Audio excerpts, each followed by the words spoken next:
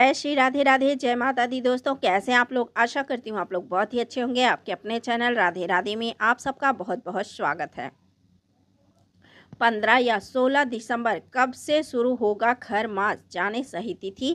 इस मास क्या करें और क्या नहीं, इसके बारे में सब कुछ तो आइए हम आपको बता रहे हैं कि सूर्य के इन दो राशियों में होने से गुरु की स्थिति कमज़ोर हो जाती है। ऐसे में इस समय मांगलिक कार्य करने से मन वांछित फल की प्राप्ति नहीं होती है।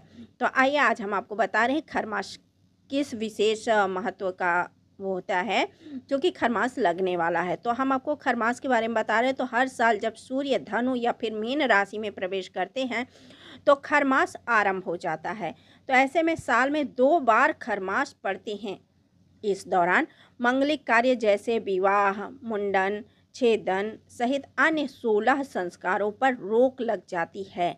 इस साल पड़ने वाले दूसरे खरमास की बात करें तो ग्रहों के राजा सूर्य 16 दिसंबर को धनु राशि में प्रवेश कर जाएंगे और इसके साथ ही पूरे 1 माह के लिए खर मास आरंभ हो जाएंगे। तो आइए आपको बताते हैं खर मास कब से कब तक है, इस दौरान किन कामों को करना चाहिए और किन्हें नहीं करना चाहिए। तो दोस्तों, आप लोग ध्यान से सुनिएगा। ये वीडियो बहुत ही आप लोगों के जानकारी के लायक है और बहुत महत्वपूर्ण है, जो कि खरमास के बारे में है। आप लोग मांगलिक कार्य, ऐसे बहुत सारे कार्य होते हैं जो नहीं करने चाहिए, तो आप लोग ध्यान दीजिएगा। इसीलिए हम ये वीडियो आपको बता रहे हैं कि खरमास कब से कब तक रहेगा। तो खरमास 2025 के बारे में है ये। तो जैसे कि ग्रहों के राजा सूर्य 16 दिसंबर को सुबह 4:26 पर धनु राशि में प्रवेश कर जाएंगे। इसके साथ ही खर मास आरंभ हो जाएंगे। पिता के कारक सूर्य 14 जनवरी तक इस राशि में रहेंगे और फिर मकर राशि में प्रवेश कर जाएंगे। ऐसे में मकर संक्रांति के पर्व के साथ खर मास समाप्त हो जाएगा। दोस्तों, खर मास में नहीं होते मंगलिक कार्य। ज्योतिषी के अनुसार जब सूर्य देवताओं के गुरु बृहस्पति की राशि यानी मीन राशि या फिर धनु राशि में प्रवेश करते हैं तो इस दौरान गुरु की स्थिति काफ़ी कमज़ोर हो जाती है। ऐसे में ऐसे बहुत सारे शुभ कार्य हैं जो नहीं होते हैं, जैसे विवाह से लेकर गृह प्रवेश, मुंडन, छेदन सहित अन्य 16 संस्कारों को करने की मनाही होती है। इसके साथ अलावा खरमास का दौरान नया बिजनेस, दुकान, प्रॉपर्टी, वाहन आदि खरीदारी के लिए भी अच्छा नहीं माना जाता, इसे भी मनाही होती है। तो खर मास में क्या करें? देखिए दोस्तों, खर मास में करने के लिए क्या होता है जो हमें करना चाहिए। खर मास में करने से जो हमें लाभ हो, जिससे हमें हमारे मन को शांति मिले। सबसे ज़्यादा दोस्तों मन पे ध्यान आता है कि मन अगर शांत है तो फिर सब अच्छा ही अच्छा होता है।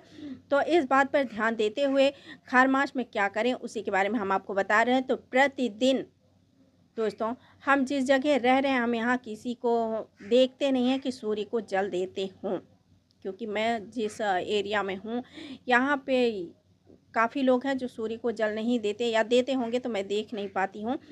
तो इसलिए मैं किसी के ऊपर टिप्पणी नहीं कर सकती, क्योंकि जब मैंने देखा नहीं तो मैं कैसे कह दूँ, या दे रहे हैं नहीं दे रहे हैं नहीं जानती, लेकिन मैं देखी नहीं हूँ। तो इसलिए आपको बताएं, तो इसके लिए अब सूर्य को जल ज़रूर से ज़रूर देना चाहिए इस मास में, खर मास में। इसके लिए तांबे के लोटे में जल, सिंदूर, लाल फूल और अक्षत मिलाकर सूर्य को जल जरूर चढ़ाएं। इस महीने में जब तप और दान का विशेष महत्व होता है। इन कार्यों को करने से विभिन्न प्रकार के दोषों से मुक्ति मिलती है। पूरे मलमास के दौरान गंगा या किसी भी पवित्र नदी में स्नान करना शुभ माना जाता है। इससे पुण्य की वृद्धि होती है। यदि आपके पास गंगा नदी या यमुना नदी, कोई नदी नहीं है, आप घर पे ही स्नान कर रहे हैं, तो उसमें पवित्र गंगा का जल 2 बूंद गंगा जल मिला के स्नान कीजिए। उससे गंगा माँ हर हर गंगे कहते हुए स्नान कीजिए। इससे आपको गंगा नहाने का ही पुण्य मिलेगा। अगर मान लो कि जब आपके पास गंगा जल भी नहीं है तो आप क्या करेंगे? तो उसमें दोस्तों हमने आपको कहा कि 1 चुटकी हल्दी मिला लीजिए और स्नान कर लीजिए। वो भी आप हर हर गंगे करके नहाएंगे, स्नान करेंगे, तो उससे भी आपको लाभ अवश्य होगा। दूसरा बात आपको बताएं कि गाय, ब्राह्मण और ज़रूरतमंदों की सेवा एवं सत्कार अवश्य करें। दोस्तों, अगर हम सेवा नहीं कर सकते तो उसका अनादर भी हमें नहीं करना चाहिए। अगर हमें गाय मिलती है, गाय की हम सेवा कर सके तो ठीक है, नहीं हमें उसे मारना और दुत्कारना भी नहीं चाहिए। ज़रूरतमंदों को भी हमें अगर कोई आवश्यकता है किसी को, तो हम अगर उसे दे सकें तो ठीक है, नहीं दे सकते तो उसका अपमान भी ना करें। ब्राह्मणों का सम्मान करना चाहिए। ये खरमास बहुत ही लाभकारी है। अगर हम ये सारे उपाय करते हैं तो खरमास में कम से कम एक बार किसी पवित्र तीर्थ स्थल की यात्रा तो ज़रूर करनी चाहिए। खरमास में किन कार्यों से बचना चाहिए ये हम आपको बताएं तो खरमास के दौरान विवाह से जुड़े किसी भी शुभ कार्य, जैसे बेटी की सगाई, तिलक या बेटी की विदाई भी नहीं करनी चाहिए। इस समय विवाह संबंधी कार्य करने से दाम्पत्य जीवन में बाधाएं उत्पन्न हो जाती हैं। मलमास में जैसे गृह प्रवेश करना भी अशुभ माना जाता है। ऐसा करने से घर में दोष लगने की संभावना बताई जाती है, माना जाता है। बताइए क्या ये तो संभव है कि अगर हम शुभ समय में कोई कार्य करते हैं तो हमें अच्छा फल देता है। मलमास के लिए समय नया व्यापार भी नहीं शुरू करना चाहिए, क्योंकि इसके दौरान भी व्यापार में जो आप व्यापार शुरू करेंगे उसमें लाभ नहीं होगा। उसमें बहुत सारे, जैसे ही आप व्यापार शुरू करेंगे, आरंभ किए, वैसे ही कार्यों में रुकावटें और परेशानियां आ सकती हैं तथा अपेक्षित सफलता भी आपको मिल सकती है। मुंडन, छेदन, जनेऊ और अन्य जो 16 संस्कार हैं वो भी खरमास के दौरान नहीं करने चाहिए। तो खरमास में करना क्या चाहिए दोस्तों? हमने आपको पहले बताया खरमास में पूजा पाठ करना चाहिए, जितना हो सके मंत्रों का जाप करना चाहिए, क्योंकि यही सबसे अच्छा होता है। दोस्तों, खर मास में अगर आप इन मंत्रों का भी जाप करें, हमने आपको पहले भी बताया था और आज भी फिर बता रहे हैं कि अगर आप इन मंत्रों का जाप करते हैं तो इससे आपके जीवन में सकारात्मक ऊर्जा जरूर प्राप्त होगी। क्योंकि ये जो मंत्र है ये सूर्य मंत्र है और सूर्य भगवान पिता के कारक ग्रह देवता हैं।